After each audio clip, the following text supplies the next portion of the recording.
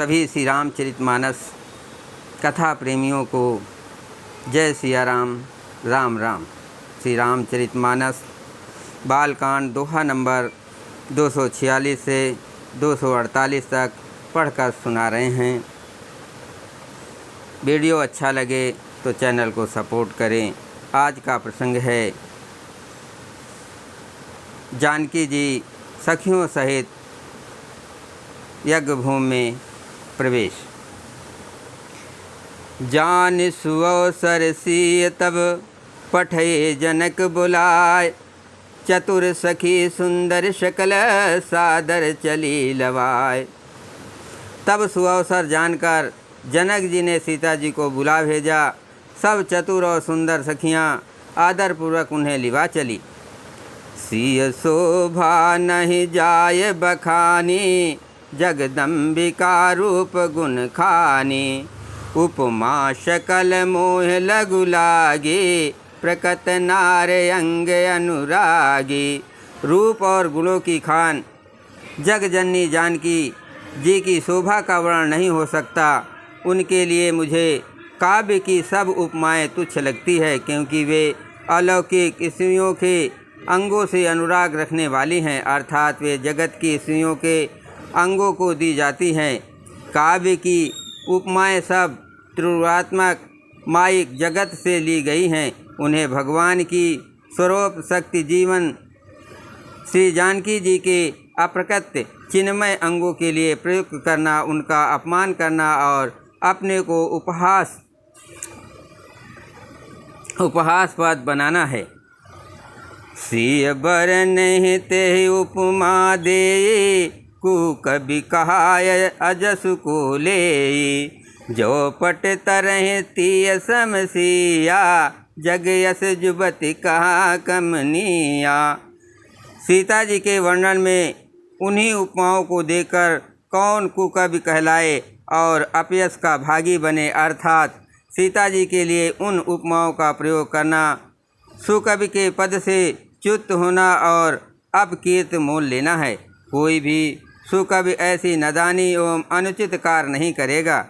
यदि किसी स्त्री के साथ सीता जी की तुलना की जाए तो जगत में ऐसी सुंदर युवती है ही कहाँ जिसकी उपमा उन्हें दी जाए। गिरा मुखर तन अरध भवानी, रति अति दुखित अतनुपति जानी। विषय बारुनी बंद प्रिय जेहि, कहें रमा सम किम बय देहि। पृथ्वी की स्त्रियों की तो बात ही क्या, देवताओं की स्त्रियों को भी यदि देखा जाए तो हमारी अपेक्षा कहीं अधिक दिव्य और सुंदर है। तो उनमें सरस्वती तो बहुत बोलने वाली हैं, पार्वती अर्धांगिनी हैं, अर्थात अर्ध नारीश्वर के रूप में उनका आधा ही अंग स्त्री का है, शेष आधा अंग पुरुष शिव जी का है। कामदेव की स्त्री रति पति को बिना शरीर का अनंग जानकर बहुत दुखी रहती हैं, और जिनके विष और मद जैसे समुद्र से उत्पन्न होने के नाते प्रिय भाई हैं, उन लक्ष्मी के समान तो जानकी जी को कहा ही कैसे जाए। जो छवि सुधा पयो निधि होई, परम रूप मैं कच्छप सोई। शोभा रज मंदरु सिंगारू, मथे पान पंकज निज मारू। जिन लक्ष्मी जी की बात ऊपर कही गई है वे निकली थी खारे समुद्र से, जिसको मथने के लिए भगवान ने अति कर्कश पीठ वाले कच्छप का रूप धारण किया। रस्सी बनाई गई महान विषधर बासुकी नाग की मथनी का कार्य किया। अतिशय कठोर मंदराचल पर्वत ने और उसे मथा। सारे देवताओं और दैत्यों ने मिलकर जिन लक्ष्मी को अतिशय शोभा की खान और अनुपम सुंदरी कहते हैं, उनको प्रकट करने हेतु बने ये सब असुंदर एवं स्वाभाविक ही कठोर उपकरण, जैसे उपकरणों से प्रकट हुई लक्ष्मी श्री जानकी जी की समताओं को कैसे पा सकती हैं। हाँ, इसके विपरीत यदि छवि रूपी अमृत का समुद्र हो, परम रूप में कच्छप हो, शोभा रूप रस्सी हो, श्रृंगार रस पर्वत हो और उस छवि के समुद्र को स्वयं कामदेव अपने ही कमल से मथे। मंगल भवन अमंगल हारी, द्रवहु सुदशरथ अजर बिहारी। राम सिया राम जय जय राम। यही विधि उपजे लक्ष्य जब, सुंदरता सुख मोल। तथापि सकोच समेत कबे, कहीं है सिय समतुल। इस प्रकार का संयोग होने से जब सुंदरता और सुख की मूल लक्ष्मी उत्पन्न हो, तो भी कभी लोग उसे बहुत संकोच के साथ सीता जी के समान कहेंगे। जिस सुंदरता के समुद्र को कामदेव मथेगा, वो सुंदरता भी प्रकट अलौकिक सुंदरता ही होगी, क्योंकि कामदेव स्वयं भी त्रिगुणमयी प्रकृति का ही विकार हैं। अतः उस सुंदरता को मथ कर प्रकट की हुई लक्ष्मी भी उपयुक्त लक्ष्मी की अपेक्षा कहीं अधिक सुंदर और दिव्य होने पर भी होगी प्रकृति ही। अतः उसके साथ भी जानकी जी की तुलना करना कवि के लिए बड़े संकोच की बात होगी। जिस सुंदरता से जानकी जी का दिव्य परम दिव्य विग्रह है, वो सुंदरता उपयुक्त सुंदरता से भिन्न अप्रकृत है। वस्तुतः लक्ष्मी जी का अप्रकृत रूप भी यही है। वो कामदेव के मथने में नहीं आ सकती और वो जानकी जी का स्वरूप ही है। अतः उनसे भिन्न नहीं और उपमा दी जाती। भिन्न वस्तु के साथ इसके अतिरिक्त जानकी जी प्रकट हुई हैं। स्वयं अपनी महिमा से उन्हें प्रकट करने के लिए किसी भिन्न उपकरण की अपेक्षा नहीं है, अर्थात शक्तिमान से अभिन्न अद्वैत तत्व है। अतएव अनुमेय है यही गूढ़ दार्शनिक तत्व भक्ति शिरोमणि कवि ने इस अभूत माल अलंकार के द्वारा बड़ी सुंदरता से व्यक्त किया है। चली संग लय सखी सयानी, गावत गीत मनोहर वाणी। सोह नवल तनु सुंदर सारे, जगत जनन अतुलित चबवारी। सयानी सखियाँ सीता जी को साथ लेकर मनोहर वाणी से गीत गाती हुई चली। सीता जी के नवल शरीर पर सुंदर साड़ी सुशोभित है। जगजननी की महान छब अतुलनीय है। भूषण सकल सुदेश सुहाए, अंग अंग रुच सखिन बनाए। रंग भूमि जब सिय पगुधारे, देख रूप मोहे नर नारी। सब आभूषण अपनी अपनी जगह पर शोभित हैं, जिन्हें सखियों ने अंग अंग में भली भांति सजाकर पहनाया है।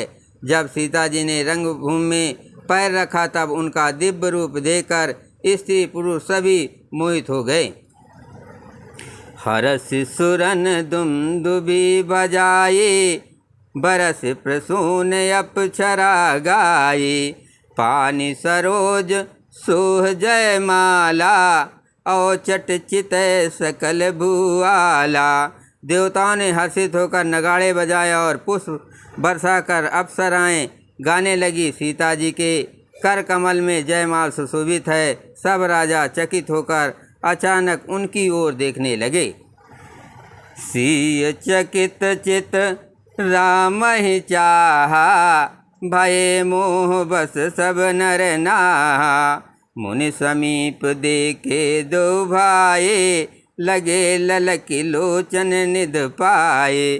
सीता जी चकित चित्त से श्री राम जी को देखने लगी। तब सब राजा लोग मोह के बस हो गए। सीता जी ने मुनि के पास बैठे हुए दोनों भाइयों को देखा तो उनके नेत्र अपना खजाना पाकर ललचाकर वही श्री रामचंद्र जी में जा लगे स्थित हो गए। मंगल भवन अमंगल हारी, द्रवहु सुदशरथ अजर बिहारी। राम सिया राम जय जय राम। गुरजन लाज समाज बड़े, देख सिय सकुचान। लाग बिलोकन सखिन तन रघुवीर उरयान।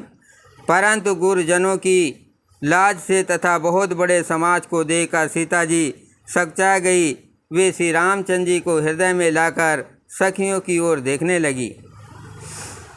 राम रूप अरुषिय छवि देखे, नर नारिन पर हरे निमेषे, सोचहि सकल कहत सकुचाए, विदिशन विनय करे मन माहे।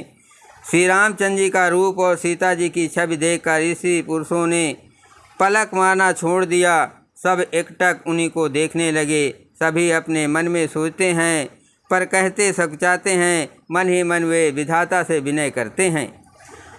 हर विधि बेग जनक जड़ताए, मति हमारे यस देह सुहाए, बिनु विचार पन तज नर नाहू, सिय राम कर करे बियाहू। हे विधाता, जनक की मूर्ता को शीघ्र हर लीजिए और हमारी ही ऐसी सुंदर बुद्धि उसे दीजिए कि जिससे बिना ही विचार किए राजा अपना पण छोड़कर सीता जी का विवाह राम जी से कर दें। जग भल कहीं है भाव सब काहू, हट कीन्हे अंतौर दाहू, यही लालसा मगन सब लोगू, बरसावरो जानकी जोगू। संसार उन्हें भला कहेगा क्योंकि ये बात सब किसी को अच्छी लगती है। हट करने से अंत में भी हृदय जलेगा। सब लोग इसी लालसा में मग्न हो रहे हैं कि जानकी जी के योग बर तो ये सांवला ही है। तब बंदी जन जनक बुलाए, बिरदावली कहत चली आए, कहन पुजाय कहो पन मोरा, चले भाट ही हरस न थोरा।